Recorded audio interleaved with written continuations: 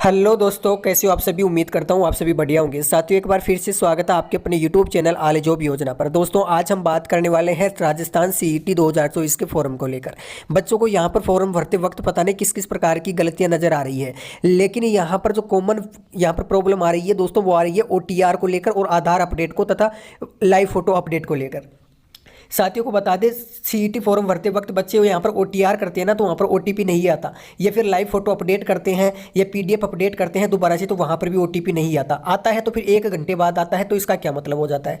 आधार data mismatch बता रहा है। फॉर्म भरने से पहले ही जब ओटीआर करने जाते हैं तो आधार डेटा नोट मिसमैच या मिसमैच कुछ इस प्रकार का एरर बताता है। या फिर सबसे ज़्यादा दिक्कत ये आ रही है कि भाई हमने पहले तो ग्रेजुएशन का फॉर्म भर दिया है, उसके बाद हमें लगा कि यार ये लाइव फोटो है ना, ये थोड़ा बेकार है, तो हम इसे दोबारा से अपडेट कर देते हैं। तो जब अपडेट करने जाते हैं तो अपडेट तो कर देते हैं, अपडेट हो भी जाता है, लेकिन जो फॉर्म हमने पुराना भरा था उसमें तो बिल्कुल वही फोटो आ रहा है जो हमने पहले भरा था, चेंज ही नहीं हुआ उसमें। तो अब क्या मतलब हुआ हमारा फॉर्म अपडेट करने का भाई।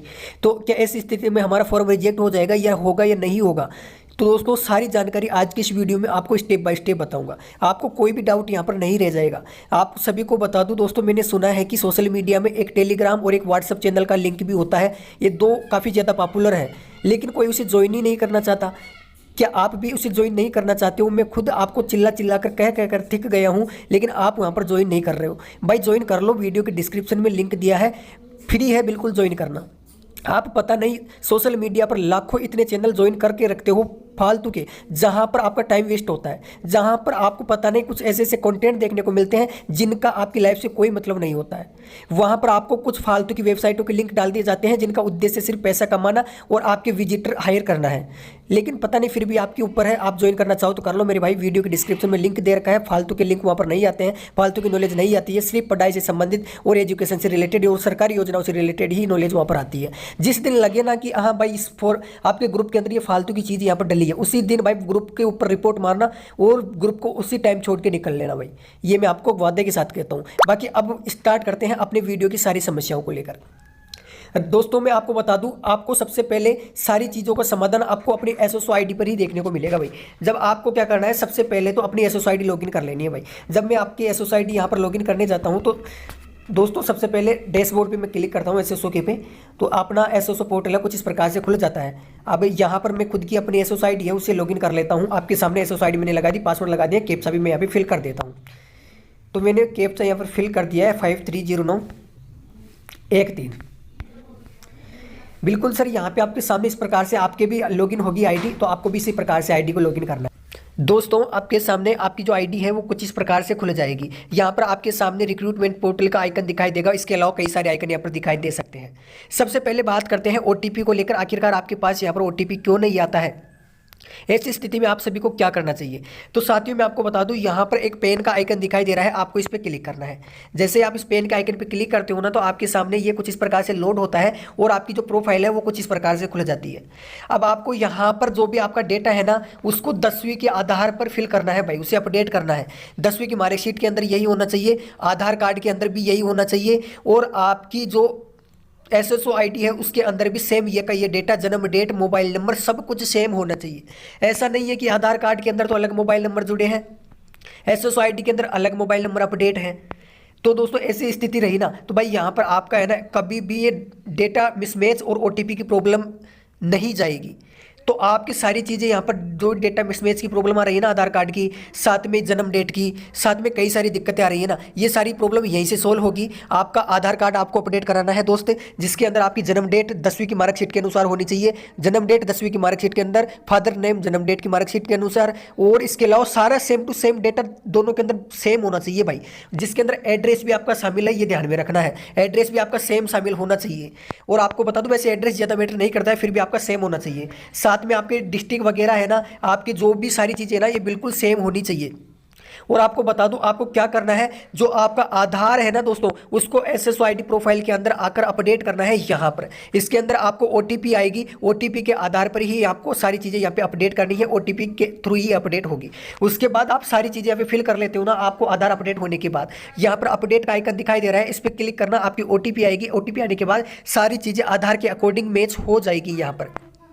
जैसे आप यहाँ पे मैच कर लेते हो तो उसके बाद आपको क्या करना है, आपको बैक आ जाना है। बैक आने के बाद जैसे आप यहाँ पे आपके सामने हो सकता है दोबारा से आपकी आईडी लॉगिन मांगे, तो आपको क्या करना है, दोबारा से अपनी आईडी लॉगिन कर लेनी है भाई। जैसे दोबारा से आईडी लॉगिन करोगे आपको वापस से कैप्चा फिल करना है। कैप्चा फिल करने के बाद आपको वापस से लॉगिन कर लेना है। मैं लॉगिन कर लेता हूँ आपके सामने इस प्रकार से। तो जैसे मैं लॉगिन करने आता हूँ तो बिल्कुल यहाँ पर इस प्रकार से कुछ लोड लेता है। लोड लेने के बाद ये आपकी डैशबोर्ड आपका इस प्रकार से खुल जाता है। यहाँ पर आपको रिक्रूटमेंट पोर्टल का एक आइकन दिखाई दे रहा होगा, साथियों इस पर आपको क्लिक करना है। भाई जैसे रिक्रूटमेंट पोर्टल पे क्लिक करोगे ना तो आप जैसे आपके सामने लोड होगा ये कुछ इस प्रकार से, बिल्कुल सर इस प्रकार से आपका ये लोड होगा। अब यहाँ पर आपको एक आइकन दिखाई दे रहा होगा वन टाइम रजिस्ट्रेशन का। भाई आइकन दिखाई नहीं दे रहा है तो आपको इसे डेस्कटॉप वर्जन में ओपन कर लेना है। 3 डॉट पे क्लिक करके यहाँ से आपके सामने डेस्कटॉप का आइकन दिखाई दे रहा है, यहाँ पे क्लिक करके डेस्कटॉप आपको इसका सेलेक्ट कर लेना है। तो आपको वन टाइम रजिस्ट्रेशन का आइकन दिखाई देगा। तो ये थोड़ी बैक आ गई थी इसलिए मैं वापस से वहीं पे आ जाता हूँ। आपको वन टाइम रजिस्ट्रेशन पे क्लिक करना है भाई। वन टाइम पे रजिस्ट्रेशन पे जैसे ही क्लिक करोगे ना आपके सामने कुछ इस प्रकार का आइकन आपको दिखाई देंगे। ये थोड़ा आगे प्रोफाइल खुलने दीजिए, बिल्कुल यहाँ पे लोड हो रहा है। थोड़ा स्पीड भी काफ़ी अच्छी है इंटरनेट की, फिर भी लोड होने में टाइम तो लेती है, काफ़ी सारा डेटा यहाँ पे रखा हुआ है इसलिए। तो भाई यहाँ पे आपका वन टाइम रजिस्ट्रेशन है ना, ये सारी चीज़ें यहाँ पे दिखाई देगी। भाई यहाँ पे आपका जो रजिस्ट्रेशन नंबर होता है ना ओटीआर का, जो आपको पीडीएफ के अंदर फिल करना है, तो वो ये फिल करना है आपको, ये ग्रीन कलर वाला। तो ये सारी चीज़ें वहाँ पे फिल करनी है। अब आपने सारी चीज़ें अपडेट कर ली है तो भाई क्या करना है, ओटीआर के अंदर आके आपको सबसे पहले है ना अपना मोबाइल नंबर भी अपडेट करना है और आपकी ईमेल आईडी भी अपडेट करनी है। अब ये कौन से लगाने हैं, जो आपने एसएसओ प्रोफाइल के अंदर अपडेट किए थे ना, मैंने बताया था आपको पिछली बार कि ये अपडेट आपको यहाँ पे करना है। अभी कुछ मिनट पहले ही मैंने बताया था कि आपको वो मोबाइल नंबर जो आधार कार्ड के अंदर है और साथ में आपके एसएसओ प्रोफाइल के अंदर है, ये सारा का सारा डेटा यहाँ पे आपको आके अपडेट करना है। और उसके बाद दोस्तों आपको एक्स सक्षम हो डेटा फेच करने में या सारी चीज़ें अपडेट करने में, तो आपको क्या करना है, फेच डेटा पे आपको क्लिक करना है। दोस्तों आपको फेच डेटा पे जैसे आप क्लिक करते हो ना तो आपके सामने यहाँ पर सारी चीज़ें इस प्रकार से दिखाई देगी। आपका नेम आपको दिखाई देगा, फादर्स नेम, मेल, जन्म डेट, सारी चीज़ें। आपको फिर से फेच डेटा पे क्लिक करना है। भाई फेच डेटा पे जैसे क्लिक करोगे ना आपके सामने आपका आधार नंबर या फिर जन आधार या फिर आपके सामने एसएसओ प्रोफाइल, तीनों में से आप किसी भी प्रकार से अपना डेटा फेच कर सकते हो। तो भाई हमने तो आधार कार्ड अपडेट करवाया है तो आधार के अनुसार ही अपना डेटा लेंगे। तो आपको आधार नंबर वहाँ पे लगाने हैं, ओटीपी आपको दर्ज करना है। आपका डेटा है ना मिसमैच की प्रॉब्लम, ओटीपी की प्रॉब्लम, सारी समस्या जड़ से खत्म हो जाएगी, निश्चित रहिएगा। आपका डेटा यहाँ पर आपकी 10वीं की मार्कशीट के अनुसार शो होने लग जाएगा। यहाँ पर आपके नंबर आपने जो आधार कार्ड में जुड़वाए थे वो भी यहाँ पे शो होने लग जाएंगे। ईमेल आपका एसएसओ प्रोफाइल से आ जाएगा, फादर्स नेम, जन्म डेट, सारी चीज़ें यहाँ से समस्या समाधान हो जाएगा। बिल्कुल बेझिझक रहिएगा। उसके बाद आपके एप्लीकेशन के अंदर जो डेटा गलत हुआ है ना दोस्तों, उससे भी आप यहाँ पे फेच एप्लीकेशन फॉर्म कर सकते हो। लेकिन मैं आपको बता दूं यहाँ से आप क्लिक करोगे ना तो आपका जो एप्लीकेशन के अंदर जो आपने फॉर्म लगा रखे हैं ना दोस्तों, एप्लीकेशन भर रखा है, फॉर्म भर रखा है, तो उसमें चाहे गलत हो चाहे सही हो वहाँ से डेटा आ जाएगा दोस्त। तो आपको एप्लीकेशन से फेच डेटा नहीं करना है, आपको सिर्फ फेच डेटा करना है आधार कार्ड से यहाँ पे क्लिक करके। तो मैं उम्मीद करता हूँ आप सभी को पता चल गया होगा कि ओटीपी की प्रॉब्लम कैसे खत्म करनी है और साथ में यहाँ पर जो डाटा मिसमैच की प्रॉब्लम है उससे कैसे खत्म करनी है। बाकी मैंने काफ़ी डिटेल से आप सभी को बताया है क्योंकि वीडियो काफ़ी लंबा यहाँ पर आपका हो भी चुका है।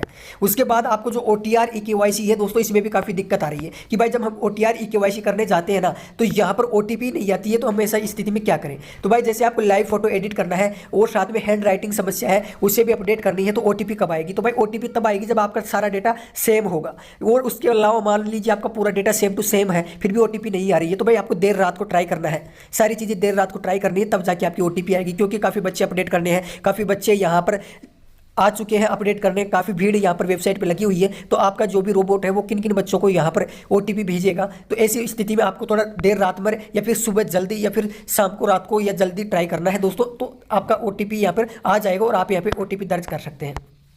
तो लगभग मैंने आपकी जो कॉमन समस्या थी वो आपको बता दी है। अब एक समस्या और आ रही है कि भाई हमने फॉर्म तो भर दिया है ना, लेकिन जो लाइव फोटो अपडेट है ना वो भी कर दिया है, OTP भी आ गई है, सब कुछ अपडेट कर दिया है, लेकिन जो अपने ग्रेजुएशन का फॉर्म भरा था ना तो उसके अंदर तो जो डेटा है ये लाइव फोटो है ना वो पूरा नहीं आ रहा है। तो क्या ऐसी स्थिति में हमारा फॉर्म रिजेक्ट हो जाएगा? भाई निश्चिंत रहिए, कोई भी फॉर्म रिजेक्ट नहीं होगा। सिर्फ आप यहाँ पर सुरक्षित रहने चाहिए, आप यहाँ पर ओरिजिनल होने चाहिए। ऐसा नहीं है कि आप परीक्षा में किसी और कैंडिडेट को बिठा दो और आप वहाँ पर पहुँचो ही नहीं, तो भाई ऐसी स्थिति में फॉर्म के पता नहीं क्या क्या रिजेक्ट हो जाएगा। तो भाई आपको ऐसी स्थिति में कोई दिक्कत नहीं, घबराने की आवश्यकता नहीं है। जो आपने फॉर्म भर दिया ना उसके अंदर तो आप कुछ एडिट नहीं कर सकते बिना डेट के, लेकिन जो आप आगामी फॉर्म भर रहे हो ना तो वो डेटा आप तब फिल करना जब आप OTR रजिस्ट्रेशन आसानी से बिल्कुल सारी चीज़ें बताने के बाद जो मैंने बताई है वो कंप्लीट कर लो। उसके बाद आपके जो नए फॉर्म भरे जाएंगे ना उसमें आपका लाइव डेटा शो होगा जो आपने अपडेट किया है। तो निश्चिंत रहिएगा। और इसके अलावा आपको लगता है ना कोई दिक्कत आ रही है इस फॉर्म के अंदर तो बेझिझक कमेंट सेक्शन में कमेंट कर दीजिएगा, मैं आपको तुरंत रिप्लाई करूँगा। बाकी जिन बच्चों ने अपना Telegram group, WhatsApp group link है ज्वाइन नहीं किया है तो वीडियो के डिस्क्रिप्शन में लिंक दे रखा है, फटाफट से ज्वाइन कर लीजिएगा। बाकी मिलते हैं आपको अगले वीडियो में एक नई जानकारी के साथ, तब तक के लिए धन्यवाद।